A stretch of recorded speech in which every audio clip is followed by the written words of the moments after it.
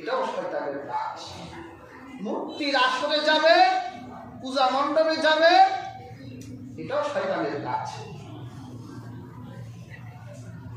ওয়াল আসলাম, আর lottery, ভাগ্য নির্ধারণী lottery.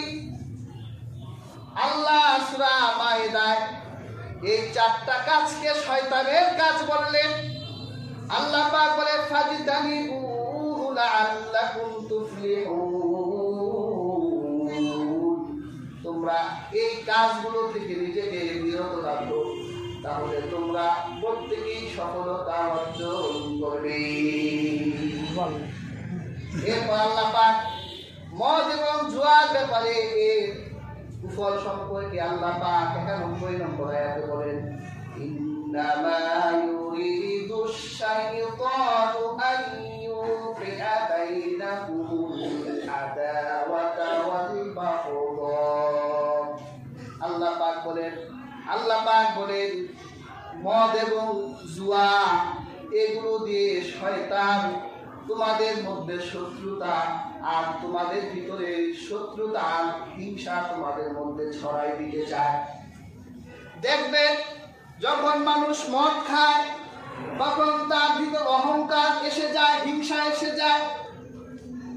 আর মানুষ যখন জুয়া খেলে তখন একজন আরেকজনের শত্রু হয়ে যায়, একজন হারে একজন জিতে, তখন ভালো লাগে।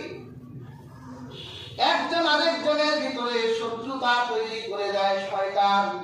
এরপর তারা মারামারি, হানাহানি, আর তারা আরেকটা আল্লাহ পাক আর কি কুফল বললেন। আল্লাহ পাক বলেন শয়তান তোমাদের এই মদ আর জুয়া দিয়ে তোমাদেরকে সালাত পড়তে বাধা দেয়, নামাজে আসতে দেয় না, আর আল্লাহ জিকির থেকে তোমাদেরকে বিরত রাখে।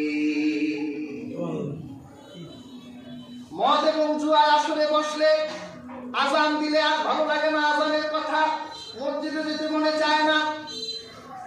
শয়তান ভর করে জুয়া দিয়ে জুয়ার আসরে বসায় রাখে, মদ খাওয়াইয়া মদের আসরে বসায় রাখে, নামাজ পড়তে বাধা দেয়, আল্লাহ জিকিরে বাধা দেয়। তারা পাগলের প্রলেপ করতে থাকে। আর অনেক সময় অনেক আধ্যাত্মিক কথা বলে, অনেক আধ্যাত্মিক কথাও তারা বলে। যদি তাদেরকে বলা হয় গাঁজা খান কেন, আমার সামনে গাঁজা বলতে যায়, ওটা গাঁজা নাকি ওটা সিদ্ধি পাতা, এটা পবিত্র পাতা, এটা পাগলরা খায়। তারপর কি আজগুবি কথা বলে, ধর্মের নামে এত আজব আজব কথা বলে, ইমানটা তখন সাথে সাথে বের হয়ে যায়। এটা যদি ভালো পাতাই হতো তো বিজ্ঞান সমর্থন করতো না যে আপনারা বেশি বেশি খাবেন। আমরা তো একটা পাতা খাই, চা পাতা খাই না? সিলেটে জন্ম নেয়, চা খায় না কি, ওটা তো একটা পাতা। বিজ্ঞানও বলে যে চা স্বাস্থ্যের জন্য ভালো, কিন্তু সিদ্ধি পাতা এটা বিজ্ঞান কখনো বলছে এটা ভালো? বিজ্ঞানও ভালো বলে না। ক্যান্সার তৈরি করে একটা মানুষকে ফিজিক্যালি ভাবে একটা মানুষকে ধ্বংস করে দেয়। এই পাতা খায় আর বলে আমার সামনে গাঁজা বললে তার মিডিয়াও পিটাবো, যে বলবে তারও পিটাবো।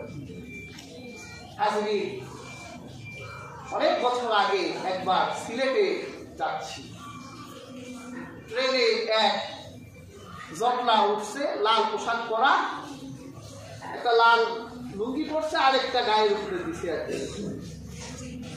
চিন্তা করলাম লোকটার সাথে একটু খাতির করি, কিছু আধ্যাত্মিক কথা শুনি, কারণ জানাবো দরকার, কিছু বলতে হলে জানতে হয় না।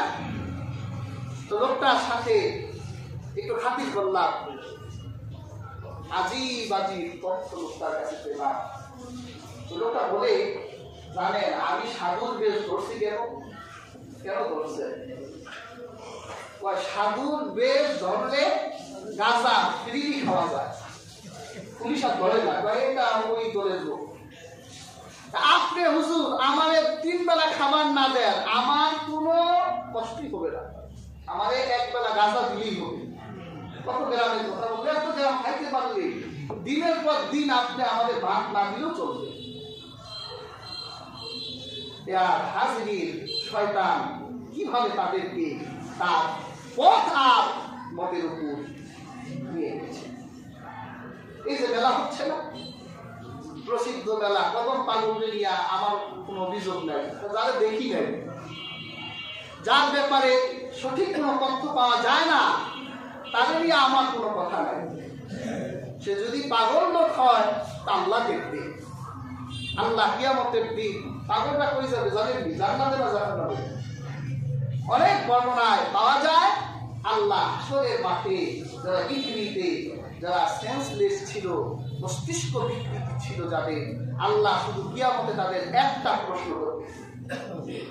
যদি জবাব দেয় জান্নাতে যাবে, জবাব না দিতে পারলে জাহান্নামে যাবে। আল্লাহ শুধু জিজ্ঞাসা করবে তোমার রব কে? যারা বলবে আমার রব আল্লাহ, আল্লাহ তাদেরকে জান্নাত দিয়ে দিবে। এদের কোনো শরীয়ত নাই, এরা নিঃস্ব অসহায় মানুষ। আপনি যদি নিঃস্ব অসহায় মানুষকে অন্যায় ভাবে থাপ্পড় দেন, আল্লাহ ওই হাত ধ্বংস করে দিতে পারে। আমরা নিঃস্ব হিসেবে, অসহায় হিসেবে তাদের সাথে ভালো আচরণ করবো, তাদেরকে গরম পানি ঢেলে দিব না, তা আল্লাহ বেজাত হবে, আল্লাহ তোমাদের ধ্বংস করে দিবে, তোমার ইমানের উপর আল্লাহ গরম পানি ঢেলে দিবে। এই মজনুন ব্যক্তিটাকে নিয়ে গাঞ্জার আসর হয় না? একটা গাঞ্জা পট্টি বলে আছে। এই যে অন্যায় গুলো হচ্ছে, এর জবাবদিহিতা করতে হবে কি করে না? অবশ্যই জবাবদিহি করতে হবে। এই জাতীয় লোকরা নামাজ পড়ে না, নামাজের ব্যাপারে বিশদ না করে নামাজেরা পাইছে করি, আমরা গাঁজা খাইয়া দায়ী নামাজ পড়ি।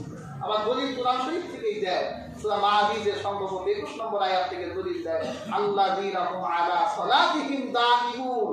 আল্লাহ বলেছে যারা নামাজের উপরে দায়ী থাকে, আমরা দায়ী নামাজ পড়ি, আর মোল্লারা কায়েমি নামাজ পড়ে।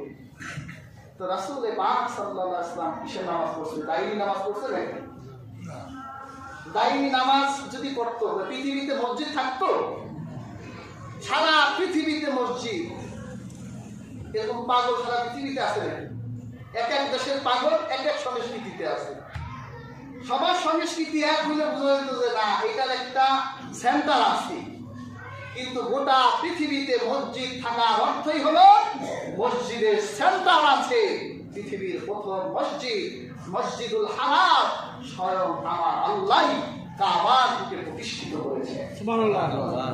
আমার রাসূল কায়েমি নামাজ পড়ার জন্য মসজিদে নববী বানিয়েছে। এর থেকে বোঝা যায় নামাজ কায়েমি করতে হবে। আপনারা যে দায়িত্বের কথা বলেন, ওটা যদি জিকির আজকার হয়, আমরা এটা মানি যে একজন মানুষ সবসময় জিকির আসগারের আলোতে থাকবে, পাক পবিত্র হয়ে থাকবে, একটা মুমিন আল্লাহর সঙ্গে ডুবে থাকবে, সমস্যা নাই। কিন্তু আপনি যদি দায়ী নামে ওই নামাজ পড়ে এই নামাজ অস্বীকার করে, আপনি অনেক আগেই কাফের হয়ে গেছেন। আজকে হাজরিন মনে রাখতে সূরাতুল মাইদার এই আলোচিত আয়াত থেকে বোঝা যায় এই পৃথিবীতে শয়তানেরও কর্মসূচি আছে, শয়তানের কাজও আছে। আল্লাহ সূরা মাইদায় শয়তানের 4টা কাজের কথা বললো। 1 নম্বর কাজ, শয়তান মানুষকে মদখোর বানিয়ে দিবে, শয়তান মানুষকে জুয়ারি বানাই দিবে, শয়তান মানুষকে প্রতিমা পূজারী বানাই দিবে, শয়তান মানুষকে ভাগ্য নির্ধারণী তীরে মুখাপেক্ষী করবে, গণকের কাছে দৌড়াবে, জ্যোতিষীর কাছে দৌড়াবে। আল্লাহ যে তাকদীর দিয়েছেন এই তাকদীরকে তারা অস্বীকার করবে। আল্লাহ তাআলা আমাদের প্রত্যেককে আলোচিত আয়াত থেকে শিক্ষা গ্রহণ করার তৌফিক দান করুন। প্রিয় হাজিরিন, কখনো নেশা খাওয়া যাবে না। শরীরে এক লোকমা হারাম ঢুকলে 40 দিন ইবাদত কবুল হয় না। তওবা করে ফেলো। নেশা খাবো না, নেশা বিক্রিও করবো না, জুয়া খেলবো না, কাউকে জুয়ার জন্য ডাকবো না, তাকদীরকে বিশ্বাস করবো, হিন্দুদের প্রতিমা পূজায় যাব না। আল্লাহ তাআলা আমাদের প্রত্যেককে তৌফিক দান করুন।